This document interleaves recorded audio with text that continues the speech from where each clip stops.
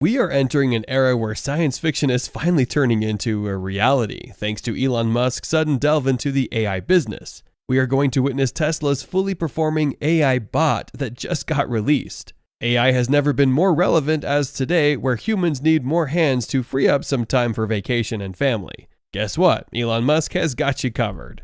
Join me today in this video where we will explore Elon Musk's and Tesla's fully performing AI robot. Elon Musk finally showcased his long-awaited humanoid bot, popularly dubbed Optimus, at the EV maker's AI Day. The event finally arrived after several postponements, which is a typical Tesla trait, and you can be sure that everyone was impressed at the release of the new Optimus bot, the first ever that Tesla has made. The Tesla Optimus has been hyped for a long time, especially by Musk fans, and Musk did not disappoint. At the Tesla event, the richest man in the world announced that Tesla is finally going to join the AI making business, which he projected will be the most relevant in the coming decade. When it is Elon Musk, you can be sure that he'll be manufacturing bots by the millions. Looking at the hardware, software, and supply chain advantage that he has, probably above every other AI company in the world. The tech guru is ready and set to revolutionize the entire AI industry. However, Musk's diving into the AI space is quite a contrast to what Elon Musk has been hailing in the past. All we could say is time has a way of changing people. If you've been following Elon Musk before, you cannot doubt that the tech nerd was consistently against AI. He in fact mentioned that AI is humanity's worst existential crisis. This was such a bold statement, and Musk had several more statements to confirm his stance on AI development. His next statement is even bolder, as Musk mentioned that AI is more dangerous than nukes. Imagine how powerful and extensive nukes can reach. Having something greater than nukes means that humanity can be on the verge of being wiped out. Yet, Musk wasn't without backup from his billionaire buddies like Bill Gates, who also thought that AI needed some kind of regulation and slowdown. The only solution to the problem, according to Musk, was cooperating with bots. It could be the reason why he is creating an AI in the first place. Otherwise, the development of bots has risen exponentially in the past decade, and scientists are beginning to get worried. AI's intelligence, expertise, and skill is fast closing the gap with that of humans. Musk said that this would be a disaster for humanity, who will be at the mercy of bots. The most governments can do now, as Musk advises, is regulate technology. Elon Musk is not particularly a fan of regulatory bodies. However, when it comes to the matters of AI, he is more than willing to comply. Unfortunately, most governments have taken a backseat when it comes to regulation for AI. In fact, statistics show that 90% of governments operate on a let's wait and see mode for AI regulation. A few, like America, have tried to implement some regulatory measures, but these are still tailored around privacy issues. This is still way below what is needed.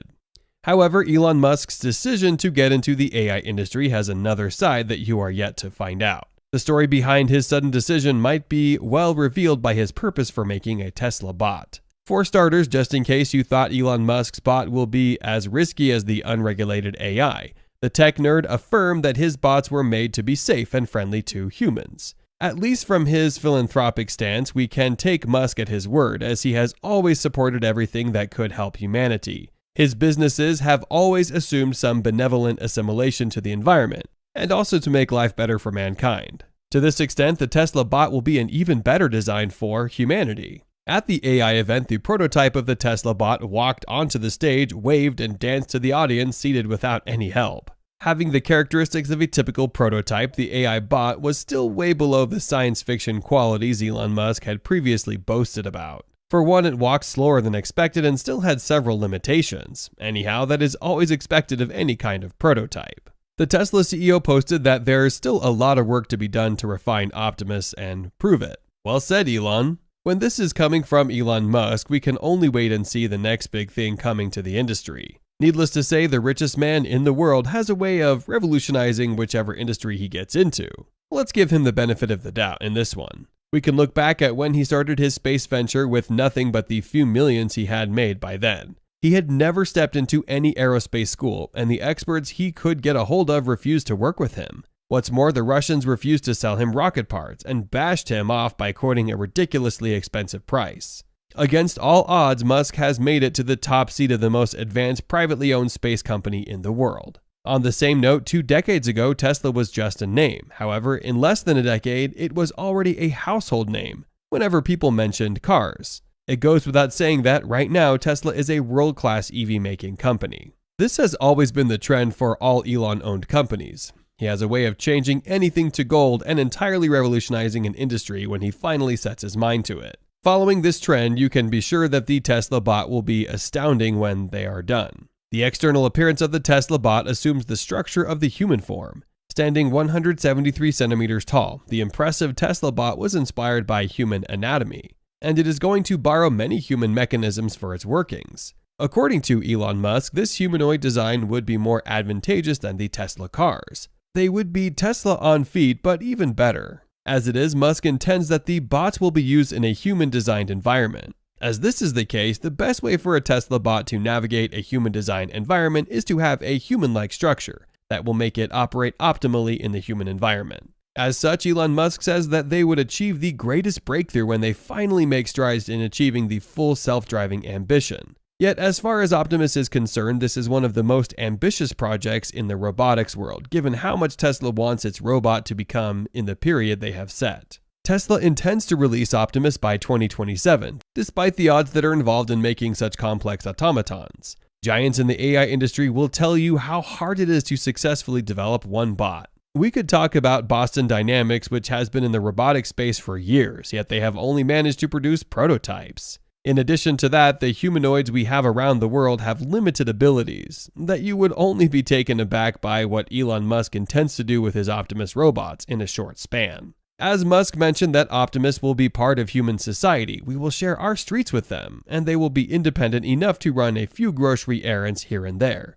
Theoretically speaking, this is possible given the height and deadweight Optimus is said to carry. There was a circulating video of the Tesla Optimus showing how useful the bot will turn out to be. The video showed Optimus watering plants, carrying a box, and some Tesla bars at the factory. Even so, Musk intends to increase the bot's usefulness in performing dangerous or otherwise boring tasks that humans wouldn't want to do. In addition, the bot will perform other home chores that might take your time, like loading the dishwasher. Also, it will have the capability of taking care of the elderly. Those Tesla capabilities are just but the beginning of something greater. Elon Musk assured that the number of situations where Optimus is useful will grow exponentially, really fast. Yet Musk has a long way to go for his science fiction ambitions to materialize. At the release of the prototype, the slow shuffling pace of the robot as it entered the stage left a lot to be desired. Its bent knees especially give it a menacing posture, though it's normally the case with most bots.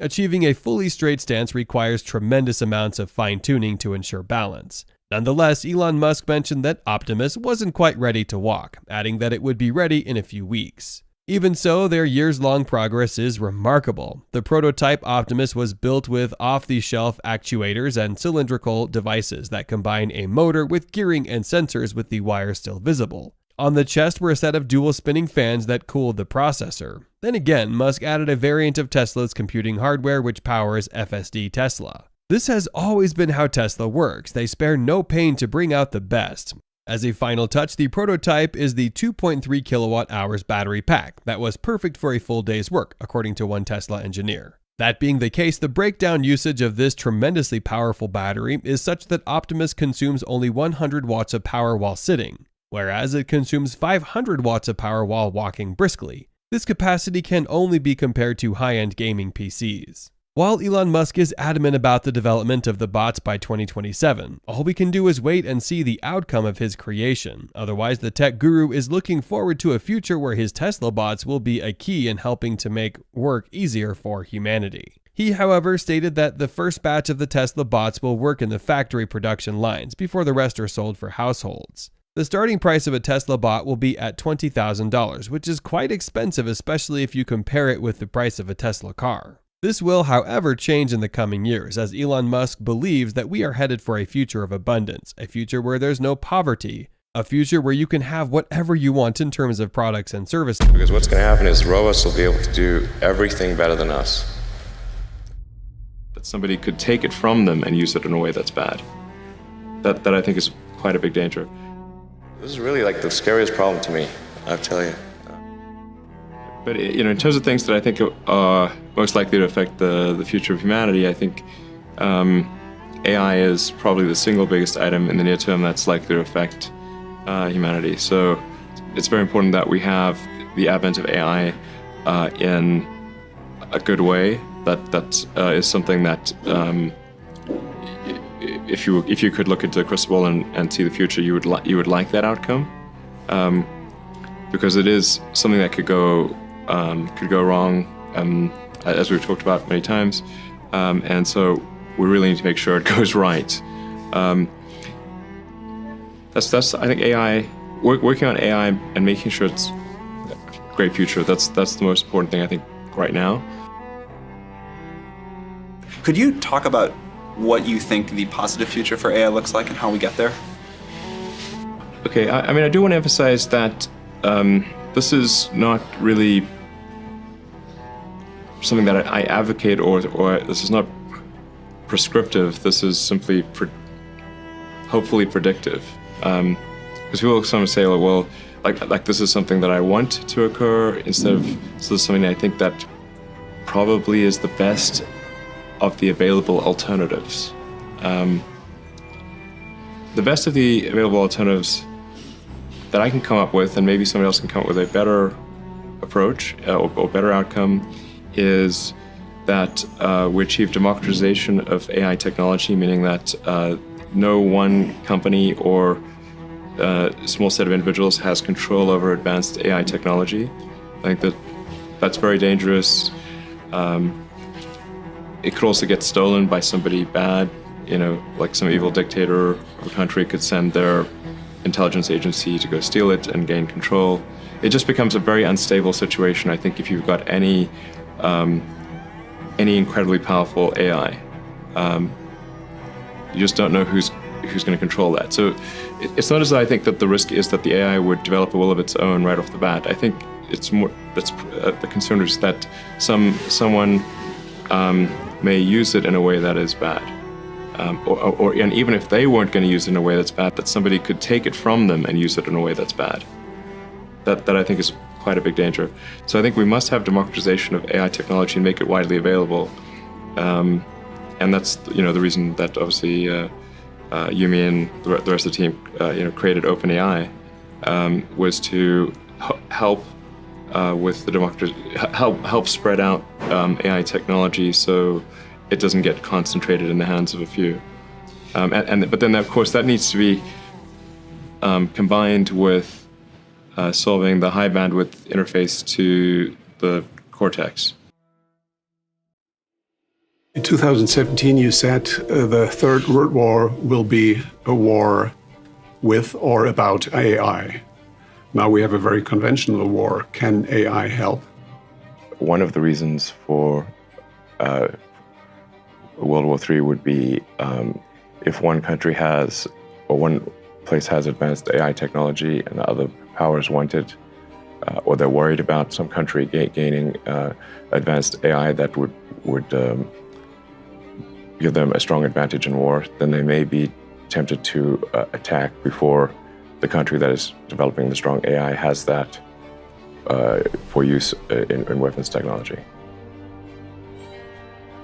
Yeah, I mean, with respect to AI and robotics, I always approach these things with some trepidation because I certainly do not want to play a hand in anything that could potentially be harmful to humanity. Now, humanoid robots, they're clearly happening. You look at like Boston Dynamics, the demonstrations are better every year. So there will be humanoid robots. I mean, the rate of advancement of AI is very rapid. Even if Tesla stopped doing AI, I think we're still on a track to develop artificial general intelligence, meaning intelligence smarter than the smartest human. Somebody asked me to ask you this. We talked about workforce today, but they asked me, are robots going to take our jobs, everybody's jobs in the future? Or how much do you see artificial intelligence coming into the workplace?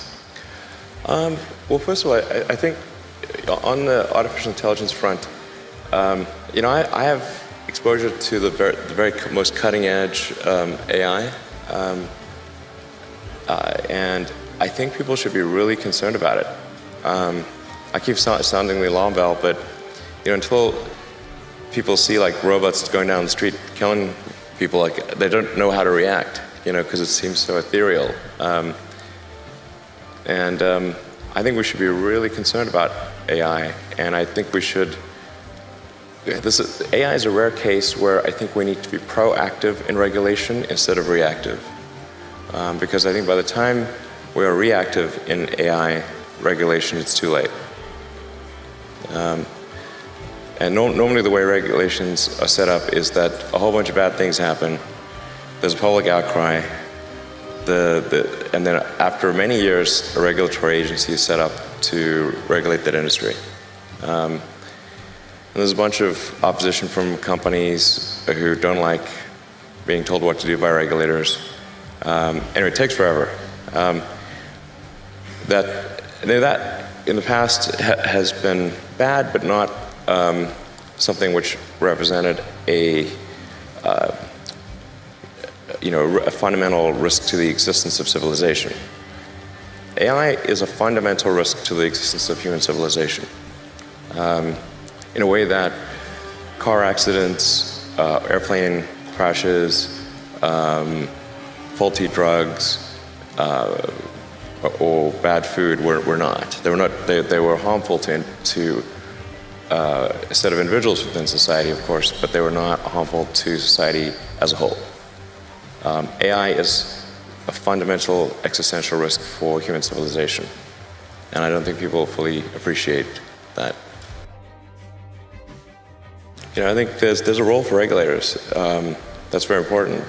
And I'm against overregulation for sure. But man, I think we better get on that with AI pronto. So there'll certainly be a lot of job disruption. Because what's going to happen is robots will be able to do everything better than us. I'm including, all of us, Yeah, I'm not sure exactly what to do about this.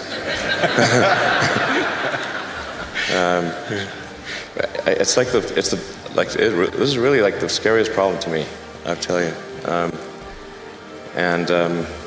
So I really think we need government regulation here, just because this is, ensuring the public good is served. Because you've got companies that are racing, that they kind of have to race to build AI, or they're going to be made uncompetitive. Essentially, if your competitor is racing to build AI and you don't, they will crush you. So, right now, I think one of the most soul-destroying things is traffic. It affects people in every part of the world. It takes away so much of your life, and it's horrible. I was talking about tunnels for years and years. For probably 5 years or 4 years at least, whenever I'd give a talk and people would ask me about what opportunities do you see in the world, I'd say tunnels. Can someone please build tunnels? So after 4 or 5 years of begging people to build tunnels, and still no tunnels, I was like, okay, I want to build a tunnel. So maybe I'm missing something here. So I was basically talking people's ears off for tunnels for several years, and then said, well, let's find out what it takes to build a tunnel. And so I started digging a tunnel. I wanted to start the tunnel from where I could see it from my office at SpaceX. So I said, well, let's just carve off a part of the parking lot across the road so I can see if anything's happening or not. And then we named our first boring machine Godot, because I kept waiting for it. It never came. Finally it did. And we got it going. And now we're making good progress. We're funding the company for merchandise sales. So thank you for anyone who's bought our flamethrower. You will not be sorry, or maybe you will. It won't be boring.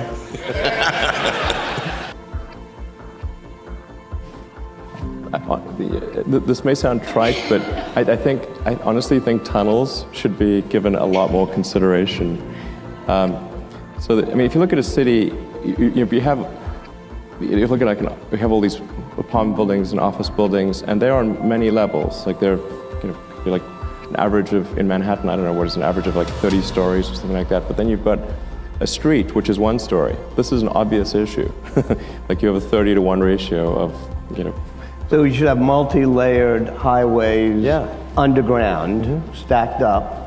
Yeah, and you can have tunnels the tunnels don't have to follow the buildings. They can go diagonally. Through the basement, yeah. Yeah, and you can have as many levels as you want. So it's really just the cost of building the tunnels. But really, a tunnel's a hole in the ground. Like, how hard can it really be? Well, I think this is going to sound a little, it seems like somewhat trivial or silly, but I've been saying this for many years now, but I think that the solution to urban congestion is a network of tunnels under cities. And when I say, I don't mean a 2D plane of tunnels, I mean tunnels that go many levels deep. So you can always go deeper than you can go up. Like the deepest mines are taller than the tallest buildings. So you can have tunnels, a network of tunnels that is 20, 30, 40, 50 levels, as many levels as you want, really. And so given that, you can overcome the congestion situation in any city in the world. The challenge is just figuring out how do you build tunnels quickly and at low cost and with high safety. So if tunneling technology can be improved to the point where you can build tunnels fast, cheap, and safe, then that would completely get rid of any traffic situations in cities. And so that's why I think it's an important technology. Washington, D.C., LA, and most of the major American cities, most major cities in the world, suffer from severe traffic issues. And it's mostly because you've got these buildings you have tall buildings that are 3D, and you have a road network that is 1 level. And then people generally want to go in and out of those buildings at the exact same time. So then you get the traffic jam. We're trying to dig a hole under LA, and this is to create the beginning of what will hopefully be a 3D network of tunnels to alleviate congestion. So, right now, I think one of the most soul-destroying things is traffic. It affects people in every part of the world. It takes away so much of your life, and it's horrible. It's particularly horrible in LA. I think you've brought with you the first visualization that's been shown of this. Can I show this? Yeah, absolutely. So this is the first time, we've just to sort of show what we're talking about. So there are a couple of key things that are important in having a 3D tunnel network. First of all, you have to be able to integrate the entrance and exit of the tunnel seamlessly into the fabric of the city. So by having an elevator, sort of a car skate that's on an elevator, you can integrate the entrance and exits to the tunnel network just by using 2 parking spaces. And then the car gets on a skate. There's no speed limit here, so we're designing this to be able to operate at 200 kilometers an hour, about 200 kilometers an hour, or about 130 miles per hour. So you should be able to get from, say, Westwood to LAX in 5-6 minutes.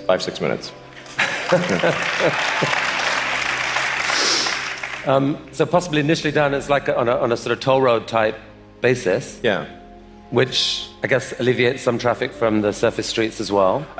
So I don't know if people noticed it in the video, but there's no real limit to how many levels of tunnel you can have. So you can go much further deep than you can go up. The deepest mines are much deeper than the tallest buildings are tall. So you can alleviate any arbitrary level of urban congestion with the 3D tunnel network. This is a very important point. So a key rebuttal to the tunnels is that if you add 1 layer of tunnels, then that will simply alleviate congestion. It'll get used up, and and then you'll be back where you started, back with congestion. But you can go to any arbitrary number of tunnels, any number of levels. But people assume traditionally it's incredibly expensive to dig, and that would block this idea. Yeah. Well, they're right. To give you an example, the LA subway extension, which is, I think it's a 2.5-mile extension that was just completed for $2 billion. So it's roughly $1 billion a mile to do the subway extension in LA. And this is not the highest utility subway in the world. It's quite difficult to dig tunnels normally. I think we need to have at least a 10-fold improvement in the cost per mile of tunneling. In looking at tunneling technology, it turns out that in order to make a tunnel, you have to, in order to seal against the water table, you've got to typically design a tunnel wall to be a good to about 5 or 6 atmospheres. So to go to vacuum is only 1 atmosphere, or near vacuum. So actually, it sort of turns out that automatically, if you build a tunnel that is good enough to resist the water table, it is automatically capable of holding vacuum. Huh. So, yeah. And so you can actually picture this, like what kind of length tunnel is in Elon's future to running Hyperloop? Yeah, I think there's no real length limit. You could dig as much as you want. I think if you were to do something like a DC to New York Hyperloop, I think you'd probably want to go underground the entire way because it's a high-density area. You're going under a lot of buildings and houses, and if you go deep enough, you cannot detect the tunnel. Sometimes people think, well, it's going to be pretty annoying to have a tunnel dug under my house. Like if that tunnel is dug more than about 3 or 4 tunnel diameters beneath your house, you will not be able to detect it being dug at all.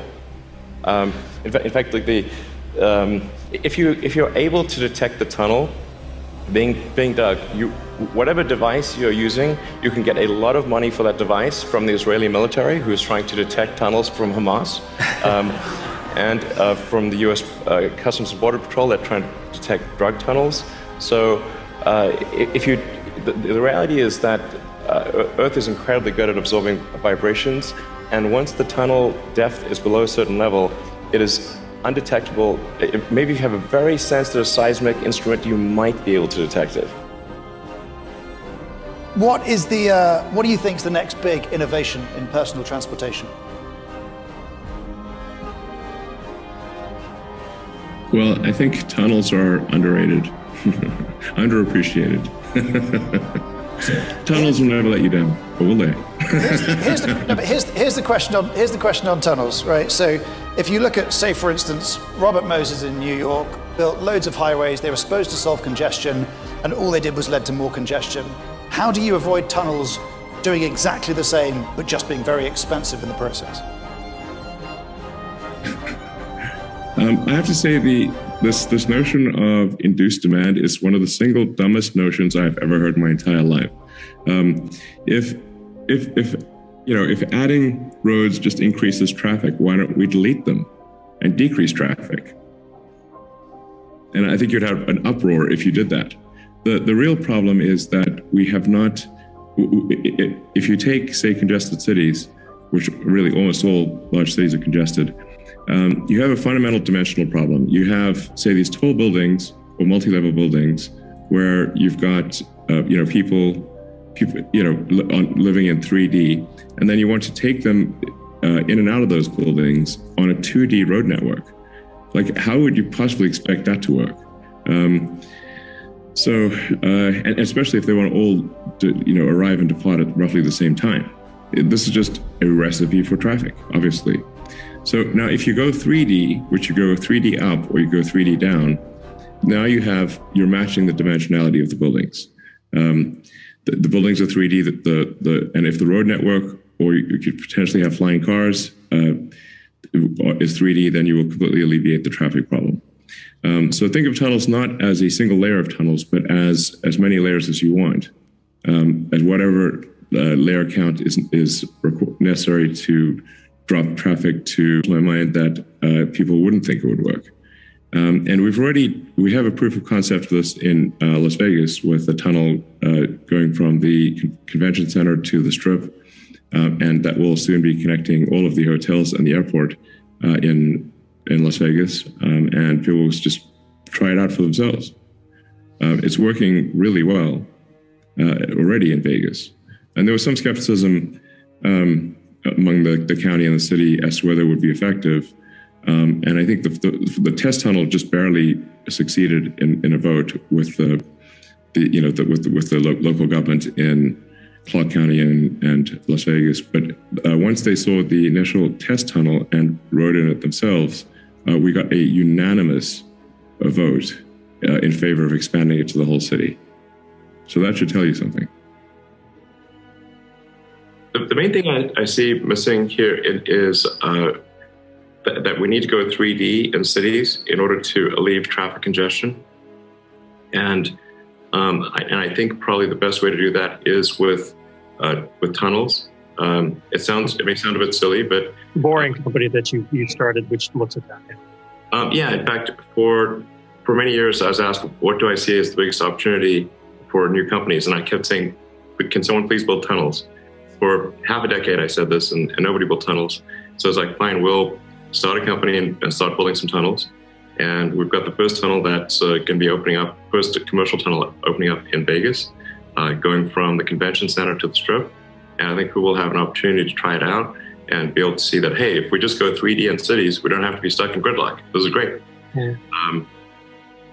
So I'd recommend tunnels. And then for long distance travel, you can do tunnels or tubes. But if you evacuate the tunnel and essentially remove the air or most of the air, you can get rid of the air friction, and you can go supersonic, and do so with no dependence on weather, and with no need to get to high altitude or create any sonic boom issues. So that's what I meant by sort of the hyperloop. It's just basically a pressurized electric car in a vacuum tube.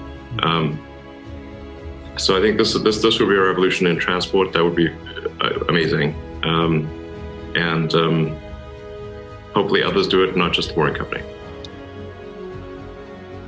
How many of those can you put in there? Nice thing about tunnels. Nice thing about tunnels is you can go 3D, so you can go many levels. Right. So until you hit hell. Yeah, but you could have 100 levels of tunnel, no problem. Jesus Christ, I don't want to be on 99. I want to be on 99th, negative 99 floors. Whoo! This is one of the fundamental things people don't appreciate about tunnels, is that it's not like roads. The fundamental issue with roads is that you have a 2D transport system and a 3D living and workspace environment. So you got all these tall buildings or concentrated work environments, and then you want to go into this like 2D transport system, which hugely is inefficient, pretty low density because cars are spaced out pretty far, and so that obviously is not going to work. You're going to have traffic guaranteed. But if you can go 3D on your transport system, then you can solve all traffic. And you can either go 3D up with a flying car, or you can go 3D down with tunnels. You can have as many tunnel levels as you want. And you can arbitrarily relieve any amount of traffic. You can go further down with tunnels than you can go up with buildings. You're 10,000 feet down if you want.